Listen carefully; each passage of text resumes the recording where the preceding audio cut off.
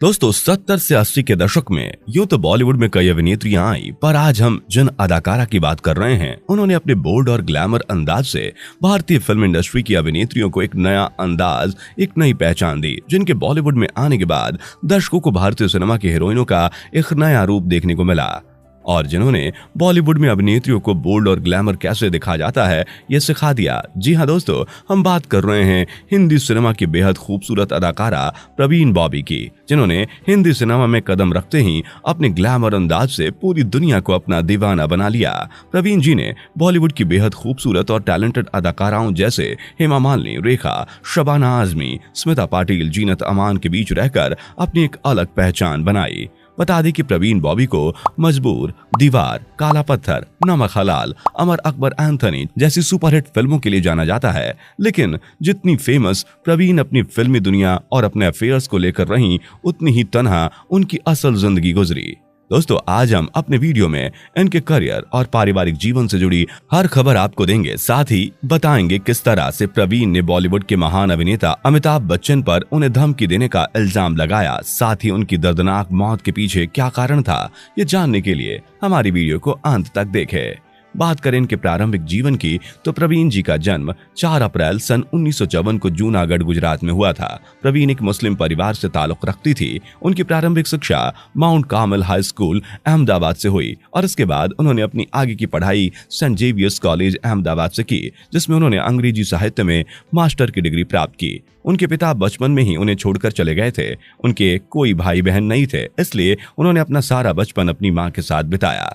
23 वर्ष की उम्र में प्रवीण बॉबी ने मॉडलिंग की दुनिया में कदम रखा, जहां इनकी मुलाकात मशहूर फिल्म निर्माता निदेशक B.R. इशारा साहब से हुई। जब इशारा साहब ने प्रवीण को पहली बार देखा तो वह उन्हें देखते ही रह गए। उस वक्त प्रवीण ने मिनी स्कर्ट पहना हुआ था और हाथ में सिगरेट लिया हुआ था। इशारा साहब को प्रवीण के इस अंदाज को देखकर बेहद खुशी हुई, क्योंकि उन्हें अपनी फिल्म के लिए एक ऐसा ही चेहरा और ऐसी एटीट्यूड की जरूरत थी। उन्होंने प्रवीण से उनकी फिल्म में काम करने की बात कही और प्रवीण ने भी खुशी खुशी इस फिल्म में काम करने के लिए हामी भर दी। कुछ ही समय बाद फिल्म की शूटिंग शुरू हुई और प्रवीण की पहली फिल्म चरित्र सन 1973 में रिलीज हुई, जिसमें उनके अपोजिट अभिनेता सलीम दुर्रानी नजर आए। ये फिल्म बहुत बुरी तरह से बॉक्स ऑफिस पर फ्लॉप हुई, लेकिन फिल्म में एक नया चेहरा, एक नया नाम काफी मशहूर हुआ।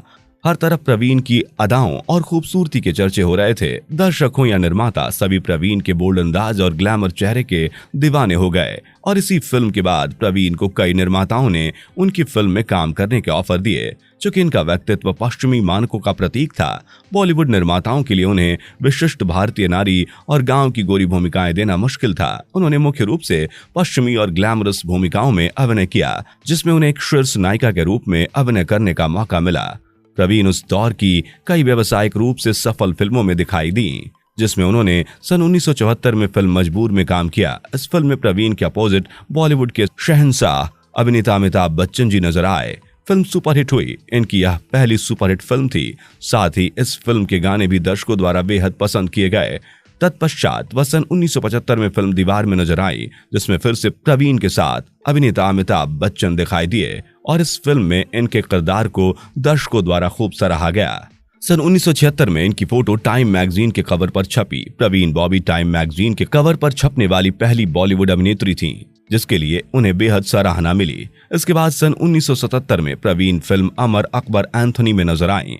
इस फिल्म में बॉलीवुड के कई दिग्गज कलाकार अमिताभ बच्चन, ऋषि कपूर, विनोद खन्ना के साथ अभिनेत्री नीतू सिंह भी मौजूद थी। फिल्म सुपर डुपर हिट रही। ये फिल्म आज की सदाबहार फिल्मों में से एक है और सन 1979 में प्रवीण ने फिल्म काला पत्थर और सुहाग जैसी सफल फिल्मों में काम किया, जिसमें प्रवीण के अपोजिट अभिनेता शशि कपूर नजर आए। तत्पश्चात उन्होंने सन 1982 में फिल्म नमक हलाल में अभिनय किया, जो कि प्रवीण के फिल्मी करियर की सुपरहिट फिल्म साबित हुई। इसके बाद 1983 में अभिनेता धर्मेंद्र के साथ जानी दोस्त में नजर आई। उन्होंने बॉलीवुड के लगभग सभी फेमस अभिनेताओं के साथ काम किया है और अपने काम के लिए उन्होंने वाहवाही भी लूटी।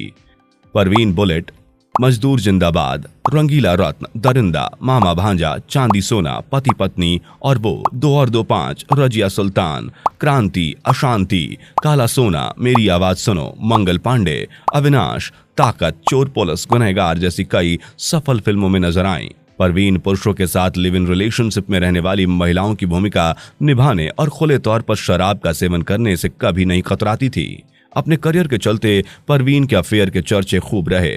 वह 4 साल तक डैनी डेंजोप्पा के साथ रिश्ते में थी और यह रिश्ता टूटने के बाद वह बहुत बुरी तरह से टूट गईं।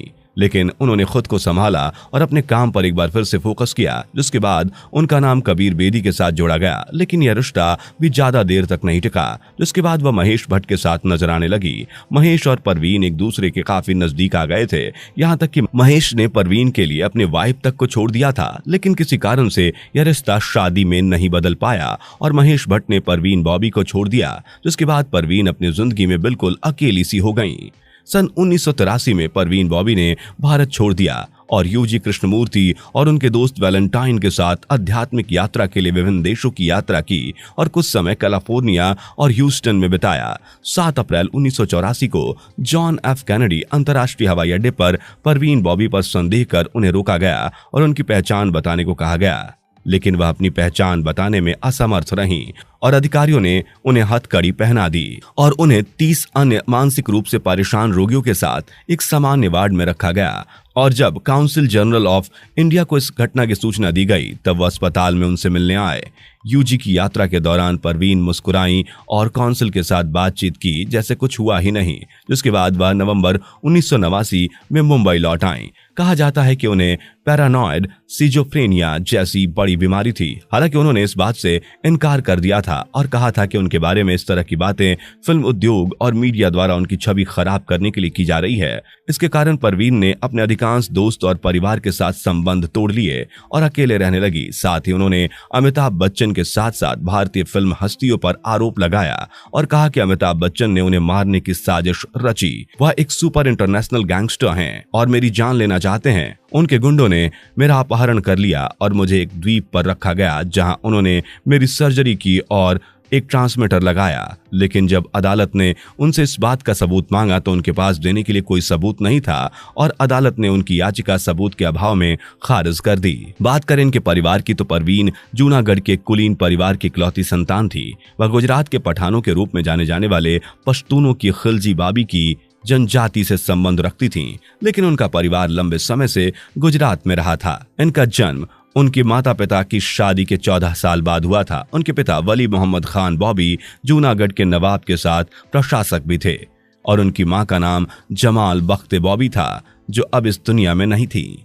उनकी मृत्यु सन 2001 में हो गई। बता दें कि परवीन ने शादी नहीं की, ना ही उनकी कोई संतान थी। 20 जनवरी सन 2005 को परवीन अपने घर में मृत पाई गईं, जब उनके आवासीय समाज सचिव ने पुलिस को सचेत किया कि परवीन 3 दिनों तक अपने दरवाजे से किराने का सामान और समाचार पत्र भी नहीं ले पाई हैं। तब पुलिस को शक हुआ कि शव मिलने के 72 घंटे पहले परवीन की मौत हुई होगी, लेकिन तब उनकी मौत का कारण ज्ञात नहीं था। बाद में कपूर अस्पताल में परवीन का पोस्टमार्टम किया गया और रिपोर्ट से पता चला कि उसके पेट में भोजन का कोई नामो निशान नहीं था, लेकिन कुछ शराब मिली थी और यह संभव है कि उन्होंने 3 दिनों से अधिक समय तक कुछ खाया भी नहीं हो और परिणाम स्वरूप भूख से मर गईं। और फिर संपूर्ण कार्रवाई के बाद पुलिस ने निर्धारित किया कि उन्होंने पूरी तरह से अंग विफलता और मधुमेह के कारण दम तोड़ दिया।